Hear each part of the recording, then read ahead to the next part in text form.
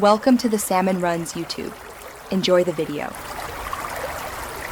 You start by powering off and removing the SIM tray so the internals stay safe. This also relieves pressure when you heat adhesive. Next, apply steady heat to the rear glass for about 60 to 90 seconds so the glue softens. You want pliable adhesive, not burning hot. Once done, attach a suction cup near the edge and use a thin plastic pick to work a gap. Stay shallow to avoid cutting flex cables. Work slowly. Patience prevents cracked glass and torn cables. After lifting the rear glass just enough, remove the visible screws holding the mid-frame or battery bracket. Organize screws by location so reassembly is exact. Then remove the metal shield and disconnect the battery first. This prevents shorting while you handle display connectors. Once the battery is isolated, heat the front edges and lift the display enough to access the display and digitizer ribbons. Work one connector at a time.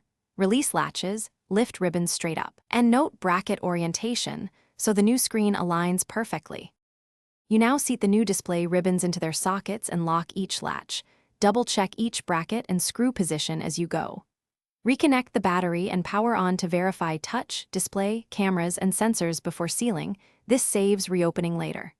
Once confirmed, apply fresh adhesive, align the rear glass, and press firmly around the edges for full contact. If something fails, power off and reseat the suspect connector. Often a touch or blank screen is just a misaligned ribbon or plastic caught under the connector. Thanks for watching. Consider subscribing if we helped you.